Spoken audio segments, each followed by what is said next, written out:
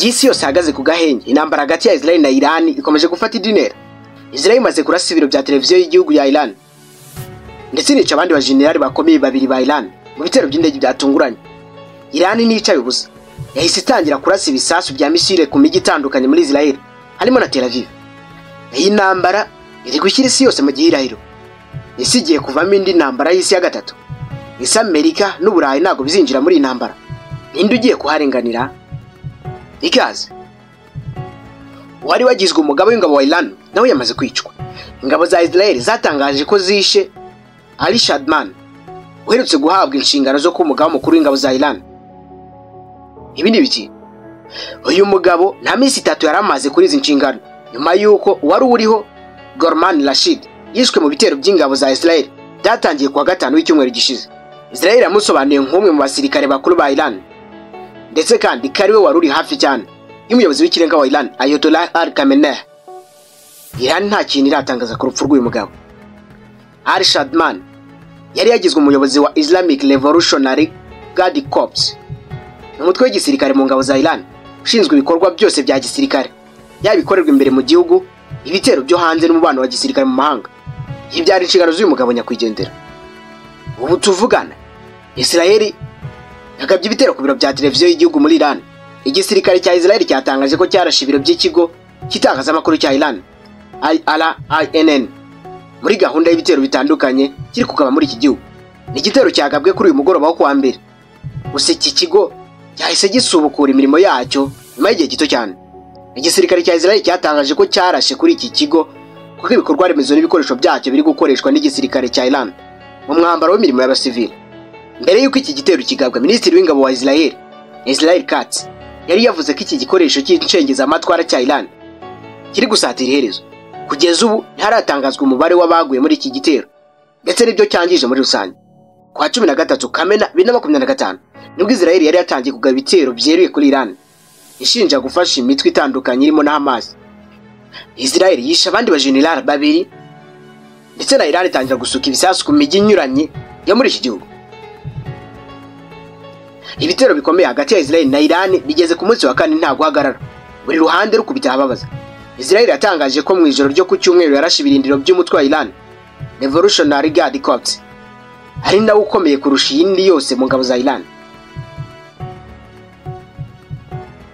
Itangazo ingabo za Israel zasohoye wa 16 Kamena 2025 rigaragaza ko indege z'intambara za Israel zarashe uduce 10 twakoreragamo ingabo zo mu mutwe wa Quds cyangwa se IRGC twateguragamo ibitero bigabwa kuri Israel.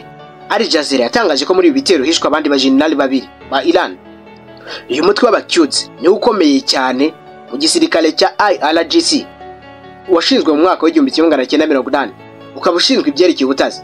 Ni nawe ushinzwe ibikorwa bihuza Iran n'imitwe yitwaje intwaro ikorera muri Afghanistan, Iraq, Liban, Syria ndetse na Palestine ahari imitwe nka Hezbollah na Hamas.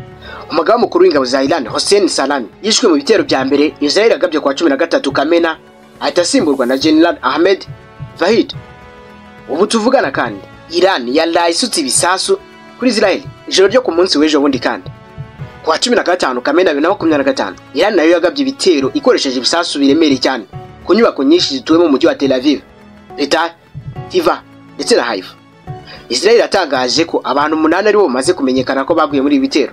4 baguye Tel Aviv, umwe apfira muri Bnei Brak, mu gihe abandi 3 bapfiriye mu mujyi wa Haifa. The New York Times yanditse ko ibitero byakomerekeyemo abantu 67 bo mu bice bitandukanye bya Israel. I Tel Aviv nabo babyukiye mu marira, aho inyubako nyinshi zasenywe n'ibisasu byinshi. Iran yaharashe. Abashinzwe ibikorwa by'ubutabazi bari gushakisha mu nyubako zahirimye bareba niba nta bantu barimo bagihumeka cyangwa se abitabye Imana. Gusa umugore umwe wari wishe mu gice cyo hasi cy'inyubako yabwiye CNN ati twasohotse buhoro buhoro kuko twari dufite ubwoba. Twagendaga n'inyubako zigwa aho turi kuva. Byarimo imyotsi myinshi ku buryo napfutse amazuru nkoresheje umupira. Ambasade ya Amerika i Tel Aviv yagizwe ingaruka zikomeye cyane. Ingabo za Iran zarashe ibisasu byinshi biremereye mu mujyi wa Tel Aviv, bisenya inyubako nyinshi zituyemo abaturage. Amahoteli arangirika n'ibiro bya ambasade ya Amerika i Tel Aviv nabyo byagizwe ingaruka zikomeye. Nta mukozi wa ambasade wakomeretse, gusa ambasade ya Amerika yakomeje kubifunza imiryango yayo. Byaratangajwe ko Iran yarashe mu mujyi wa Haifa hari uruganda rutunganya ibikomoka kuri peteroli, ndetse amakuru avuga ko humvikanye ibiturika bikomeye cyane, bigakekwa ko byarashwe. Umuyoboro w'amashanyarazi mu bice byo hagati muri Israel nawo wangiritse. Kugeza ubu abanya-Israel bamaze kwicwa n'ibitero birenga 20, mu gihe ku ruhande rwa Iran hamaze gupfa abantu 224, naho 1227 bakomeretse ndetse bari mu bitaro. Ibihugu byombi byasabye abaturage kuva mu bice byegereye ibigo bya gisirikare bigamije gukiza amagara yabo. Perezida wa Iran Masoud Pezeshkian yasabye abaturage kunga ubumwe akarwana urugamba na Israel. Ati bidutandukanya n'ibibazo twahoranye tubishyire ku ruhande, tugomba gushikama tukarwanya ubushotoranyi dushyize hamwe. Ni mu gihe Minisitiri w'ingabo wa Israel Katz Israel yari yahamije ubutegetsi bwa Tehran ko buzirengera ingaruka z'ibitero byagabwe ku basivili.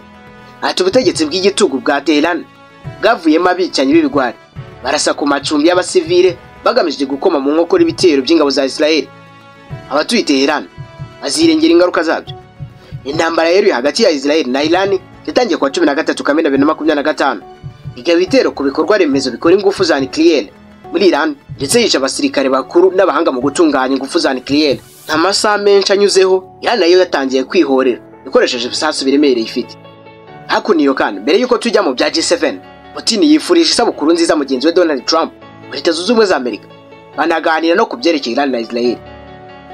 Perezida wa Leta Zunze Ubumwe za Amerika Donald Trump yatangaje ko mugenzi we w'Uburusiya yamwifurije isabukuru nziza. Ni mu kiganiro kirekire bagiranye kuri telefone kwa gatandatu umunsi yizihizaga isabukuru y'imyaka 79. Nyuma y'icyo kiganiro kuri telefone, Trump yahise yandika ku rubuga rwe rwa Truth Social avuga ko byagenze. Ati Perezida Putin yahamamagaye kuri iki gitondo kugira ngo anyifurize mu buryo bwiza isabukuru nziza y'amavuko, ariko icy'ingenzi twavuze ku bya Iran igihugu azi neza. Twavuganye umwanya munini cyane. Aba bakuru b'ibihugu bombi baganira umwanya utari mutoya, bagaruka no ku ntambara yo muri Ukraine. Avuga ko ibyo bazabigarukaho mu cyumweru gitaha. Trump yongeye ati iki kiganiro cyamaze nk'isaha, yumva ko kimwe rangiye intambara ya Israel igomba guhagarara. Mu nama ya G7 yasabye ihagarikwa ry'imvuru mu burasirazuba bwo hagati. Nimvuga G7 wumva ibihugu bya mbere 7 bikomeye ku isi.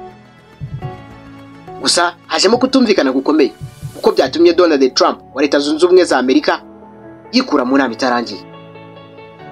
Abakuru b'ibihugu 7 bikize kurusha ibindi ku isi bahuriye mu nama ya G7 batangaje ko basaba ihagarikwa ry'imvururu mu burasirazuba bwo hagati, harimo n'intambara iri kubera muri Gaza. Itangazo ryabo ryashyizwe ahagaragara bashimangiye ko bifuza amahoro n'umutekano muri aka karere, nubwo banavuze ko Israel ifite uburenganzira bwo kwirwanaho bitewe n'uko ibintu bihagaze. Perezida Donald Trump wa Leta Zunze Ubumwe za Amerika yavuye muri iyo nama mbere y'uko irangira, abwira abanyamakuru ko agomba gusubira inyuma vuba ku mpamvu zifatika. Ibi byabaye mu gihe Israel na Iran bimaze iminsi 5 bikora ibitero bihitana abantu n'ibikorwa remezo. Hari amakuru avuga ko inama y'umutekano w'igihugu muri White House yateranye kugira ngo yige ku bijyanye no gutaka kwa Trump. Minisitiri w'ingabo wa Amerika Pete Hegseth yatangaje ko hatanzwe amabwiriza yo kohereza ibikoresho by'igisirikare n'ingabo mu burasirazuba bwo hagati hagamijwe gukaza ubushobozi bwo kwirwanaho. Gusa abayobozi ba Amerika bahakanye ibivugwa ko Amerika ishobora kwinjira mu ntambara ya Israel na Iran. White House yasohoye itangazo ivuga ko kuri Trump wari umunsi mwiza cyane, aho yageze ku bintu byinshi birimo amasezerano y'ubucuruzi hagati ya Amerika n'Ubwongereza.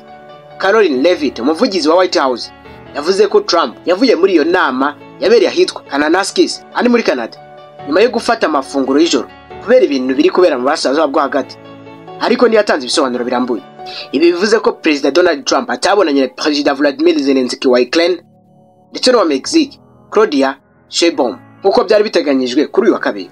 Mu gihe abandi bakuru b'ibihugu bari mu mafoto y'urwibutso, Trump yavuze ko asubiye Washington kureba ibintu bikomeye biri kuhaba. Trump mbere yari yavuze ko Iran ikwiye kuba yarasinya amasezerano ku mugambi wayo wa nucleaire, yongeraho kandi ko Iran itagomba na gato gutunga ibitwaro kirimbuzi. Mu butumwa yanyujije kuri Truth Social, Trump yasabye abaturage ba Iran guhunga vuba umurwa mukuru wa Tehran, ariko nta bisobanuro byinshi yatanze. Bidatinze ibinyamakuru by'ite Iran byatangaje ko humvikanye ibiturika bikomeye umurwa mukuru wabo. Ubwo ndabarigiye Israel yateraga inyubako na televiziyo bya leta, ituma umunyamakuru wari urimo uvuga amakuru ayarangiza yihuta kubera ubwoba. Naho Tel Aviv za sirene za Israel zasamiranye nyuma y'uko Iran yohereje ibisasu kuri Israel. Abari mu nama ya G7 bavuze ko basobanukiye ko Trump yagombaga kwivana mu nama. Perezida Emmanuel Macron w'Ubufaransa yavuze ko niba Amerika ishobora kugera ku masezerano yo guhagarika intambara yaba byiza cyane. Minisitiri w'intebe wa Australia Anthony Albanese yavuze ko ari bisanzwe kubona Trump yivana mu nama nubwo byari biteganyijwe ko azaganira na Macron ku bijyanye n'amoko. Hari ibimenyetso byo kutumvikana mbere y'inama, cyane cyane ku bijyanye n'intambara hagati ya Ukraine n'Uburusiya ndetse n'iya Israel na Iran. CBS ivuga ko Trump ashobora kuba yarateganyaga kwitandukanya n'itangazo rya G7 ku ntambara ya Iran na Israel, ariko byarangiye bemeranyije itangazo rishyigikira Israel. Bati Iran niyo soko y'umutekano muke n'iterabwoba mu karere. Twakomeje kuvuga ko Iran itagomba gutunga ikirwanisho karahabutaka cyangwa se kirimbuzi. Trump kandi yavuze ko kwirukana Uburusiya muri G8 muri 2014 ahubwo bwafataga Crimea ya Ukraine byari kosa rikomeye cyane. Yongeyeho kandi ati Putin avugana nanjye nta wundi muntu bavugana, kandi ntabwo yabyakiriye neza. Trump na Minisitiri w'Intebe w'Ubwongereza Sir Keir Starmer bashyize umukono ku masezerano ajyanye n'amahoro. Trump avuga ko Ubwongereza bwikingiye cyane imisoro ku bicuruzwa byo hanze. Uzi impamvu? Nuko mbakunda. Trump kandi yasinyanye n'uwa Canada Mark Carney amasezerano y'ubucuruzi bushobora kurangiza mu minsi 30. Ibi ni ubwa kabiri Trump yivanye mu nama ya G7 nyuma y'uko muri 2018 asohotse mu nama yabereye i Quebec agiye guhura na Kim Jong Un wa Korea ya Ruguru. Israel ivuga ko ikomeje kugenzura ikirere cya Iran kuva yatangira ibitero by'ikirere kwa kane, aho yishe abayobozi bakuru b'ingabo n'abaengineer mu bya nuclear. Gusa Israel yacyashinjwa kutagera ku ntego yayo yo gusenya umugambi wa nuclear mu gihugu cya Iran. Abasesenguzi bavuga ko Amerika ariyo yonyine ifite indege z'intambara n'ibisasu bikomeye bishobora gusenya ibi bigo bya nuclear byishe cyane mu kuzimu kandi bikomeye cyane. Ifodo ibitero bya Israel bimaze guhitana nibura abantu 224 muri Iran nkuko byatangajwe na Minisiteri y'Ubuzima yaho, naho muri Israel hapfuye abantu 24 gusa. Intambara ya Israel na Iran ikiri amagambo cyangwa se ibisasu bike by'akanya gato, noneho yamaze kwinjira mu cyiciro gihanitse cyo kwibasira abategetsi bakomeye n'ibigo bya leta. Urupfu rw'abayobozi ba gisirikare, kuraswa kwa televiziyo y'igihugu n'ubwiyongere bw'ibisasu berekana ko ibintu bishobora kuba birenze imbibi mu gihe kitari kinini.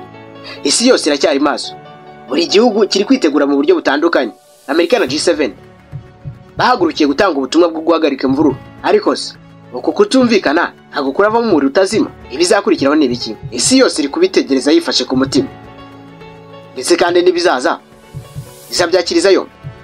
Reka mbashimire mwese rutubanye muri video, ntiwibagirwe gukanda subscribe ndetse n'akayogera kugira ngo tujye tubana gatanu ku kandi.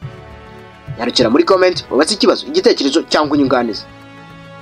Mwibutsa kandi ko nyirizina ari ngiye umunyamugu udasanzwe uvoma ku isoko y'amateka ngasogongera ku muco ndintore idacogura umuhamya w'ibintu imigambi. Ndi nyiramatumba byose, ndi nyirinyesha usanga hose ndingo bidahusha ndingaje itanyeganyega, ndi umugano w'amagambo n'indirimbo y'isoko n'amasunzu. Ndi umunyagiso nk'inyange, ndi umunyamutima w'ingabo zakiriwe, ndi ntore itarambirwa, ndi ndangabirwa itarundoka, ndi soko itagabanuka. Ndavuga ngo kuri ngeri Plava, iyi ni Plava TV. Dore muri video itaha.